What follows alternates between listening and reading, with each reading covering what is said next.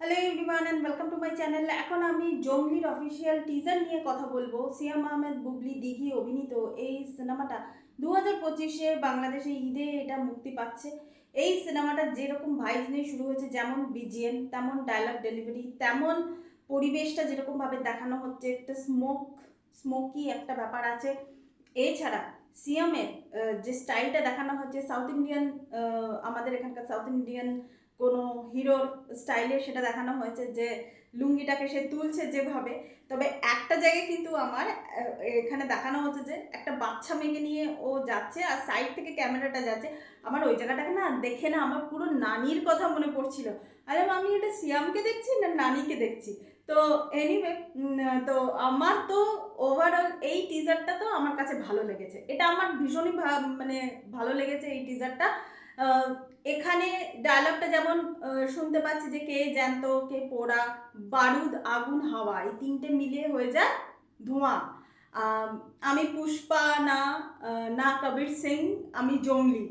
তো এই যে নিজের নিজের যে একটা আইডেন্টিফিকেশন যে সেটা যে তৈরি করছে, এটা কিন্তু বেশ ভালো লাগছে। মানে এটা তার মানে কি মেকার্সরা জানে জঙ্গলির মানে যে কি বলবো স্টাইলটা, গেট আপটা। তবে হ্যাঁ, একটা জায়গায় সাইড থেকে নানির মতো লাগছিল, কিন্তু সামনে যখন বাচ্চা মেয়েটাকে নিয়ে আসছে তখন কিন্তু কবির সিং এর মতোই লাগছিল। কবির সিং মানে শাহিদ কাপুরের মতোই কিন্তু দেখতে লাগছিল কিছুটা। তারপর ভালো করে দেখলে তখন আর লাগবে না, একদম ফার্স্ট লুকে কিন্তু ওরকমই লাগছিল। কিন্তু এখানে আমি কোনো কম্পারিজনে যাচ্ছি না। আমি এমনিতে কপি বা লুকস কপি ওই কপি আমি কোনোদিন বলি না, কোনোদিনই আগেও বলিনি, এখনও বলবো না, মানে ভবিষ্যতেও আমি কোনোদিন বলবো না। কিন্তু যেরকম লাগছে আমি শুধু সেটা আমার মনে হলো। বিজিএমটা কিন্তু একইভাবে যাচ্ছিল শুরুর থেকে, কিন্তু ধপ করে বিজিএমটা থামলো কোন জায়গায় আমরা বুঝতে পারলাম, পরিবেশটা চেঞ্জ হলো, যে একটা বাচ্চা মেয়ে তাকে বলছে জানো তোমাকে আমার খুব ভালো লাগে। তো এই যে জায়গাটা যখন এসছে, মানে তারপরে বোধহয় এই ডায়লগটা ছিল তুমি আমাকে কোনোদিন তাড়িয়ে দেবে না। তো এরকম তাড়িয়ে কথাটা বলেনি ওদের ভাষাতে, যেটা যেরকম তাড়ায়ে দেবে না, তো এরকম ধরনের একটা কিছু বলেছে। তো সেই জায়গাটা কিন্তু আমার দেখতে খুব ভালো লেগেছে। মানে ওই সময়টা কি হচ্ছে, বিজিএমটা একটাভাবে আসছে, অ্যাকশন হচ্ছে, জঙ্গলির ইন্ট্রোডাকশন হচ্ছে, বিজিএমটা একটাভাবে আসছে, কিন্তু ধপ করে বিজিএমটা থেমে যায় ওই বাচ্চা মেয়েটার গলাটা শুনে। একটা জায়গায় আমরা নায়িকাকে দেখতে পাই, কিন্তু সেটা খুবই ছোট জায়গায়, এবং সিয়াম একটা জায়গায় ঘাড় তুলে ওপর দিকে তাকায়, তার চোখের মধ্যে যে ইমোশনসটা আমি দেখলাম, এটা কিন্তু আমার বেশ ভালো লেগেছে। তো ওভারঅল আমার এই টিজারটা বেশ ভালো লেগেছে। তবে একটা জিনিস আমি বলবো, এই ঈদে যে তিনটে সিনেমা আসছে, বরবাদ, দাগি এবং জঙ্গলি, এই তিনটে সিনেমারই কিন্তু মানে নেক টু নেক ফাইট হবে। হল কে পাবে, শো কে পাবে, কার সিনেমা বেশি হিট হবে আমি ওসব প্রশ্নে যাচ্ছি না। কিন্তু কি বলুন তো, এটা এটা বেশ ভালো লাগছে, কন্টেন্টগুলো ভালো হচ্ছে, এটাই হচ্ছে ব্যাপার।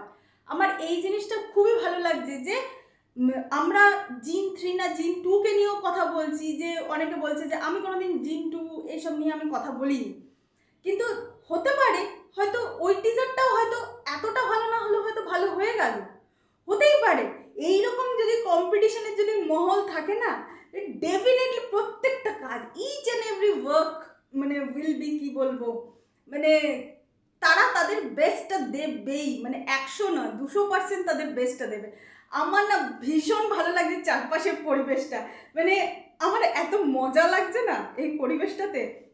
বহুত দিন বাদে না, মানে আমি একটা মানে কি বলবো, হ্যাঁ সিনেমা ওনাদের বেরোচ্ছে, সিনেমা শাকিব খানের বেরোচ্ছে, আফরান নিশোর বেরোচ্ছে, সিয়াম আহমেদের বেরোচ্ছে, কিন্তু আমি এই প্রথমবার নিজে ভেতর থেকে ফিল করতে পারছি যে না, আমি একজন একজন কন্টেন্ট ক্রিয়েটার।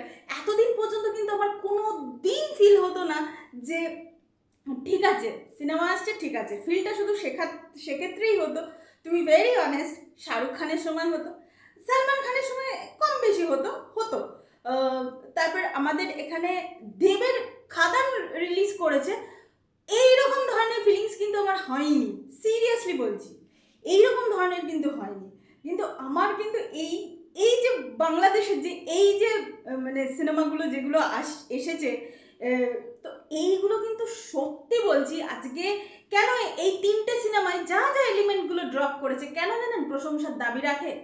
আজকে আপনারা ভেবে দেখুন ওই দেশটার উপর দিয়ে কি যাচ্ছে, সেটা ভেবে দেখুন আপনারা।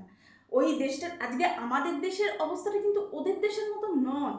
এটা যদি আপনারা সেন্সিটিভ গ্রাউন্ড থেকে যদি দেখেন, আমি নিজে সেখানে গেছি, আমি সেখানকার কিছু মানুষের সঙ্গে যদি 10জন মানুষের সঙ্গেও যদি মিশি, যদি একটু ওখানকার বাজারে যদি ঘোরাফেরা করি, তাহলেও কিন্তু বোঝা যাবে যে ওখানকার মানুষদের ওপর দিয়ে কী যাচ্ছে, কী ধরনের জিনিস তাদের ওপর দিয়ে যাচ্ছে। এটা মানে বলে বোঝানো যাবে না।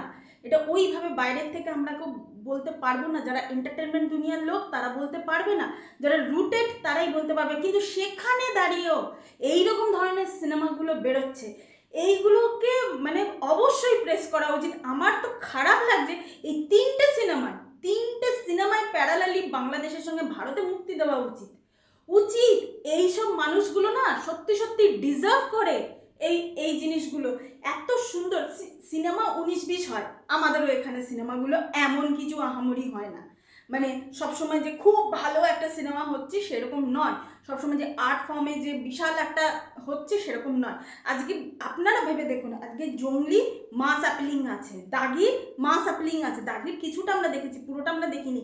আর বরবাদের তো আছেই, মানে বরবাদ তো বিশাল বড় গ্র্যান্ডারে ওটা তো হয়েছে।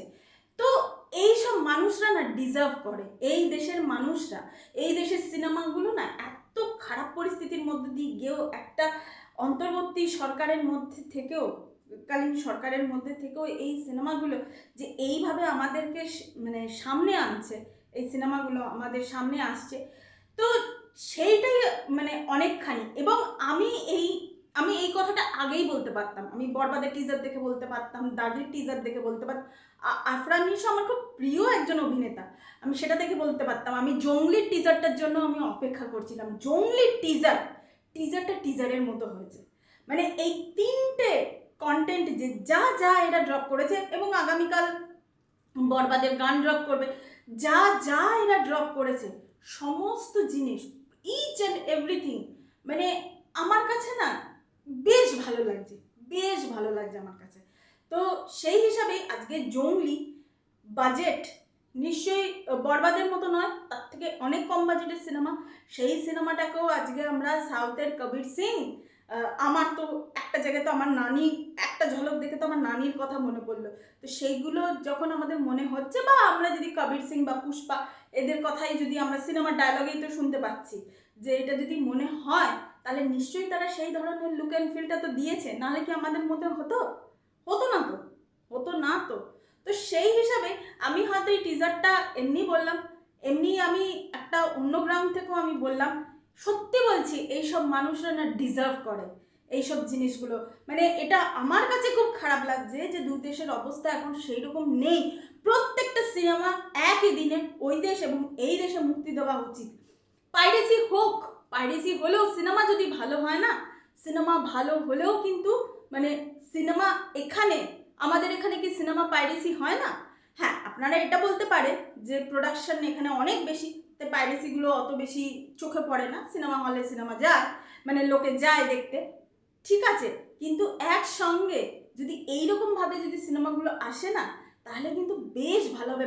তাহলে কি হবে বলুন তো, আমাদের এপার বাংলা থেকেও তখন কিন্তু এই ধরনের সিনেমা করার একটা কিন্তু মানে অন্যরকম একটা প্রচেষ্টা কিন্তু চলে আসবে।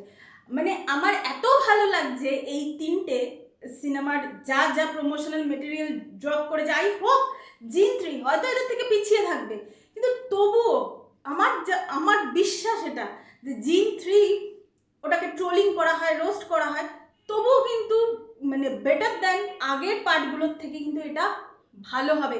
সবাই বুঝতে পারছে এখন কম্পিটিটিভ মার্কেট হয়ে গেছে, এখন মানুষের চিন্তা ভাবনা ধারণা সমস্ত কিছু চেঞ্জ হয়ে গেছে, এটাই হচ্ছে ব্যাপার। তো এটাই ছিল আমার ভিডিও।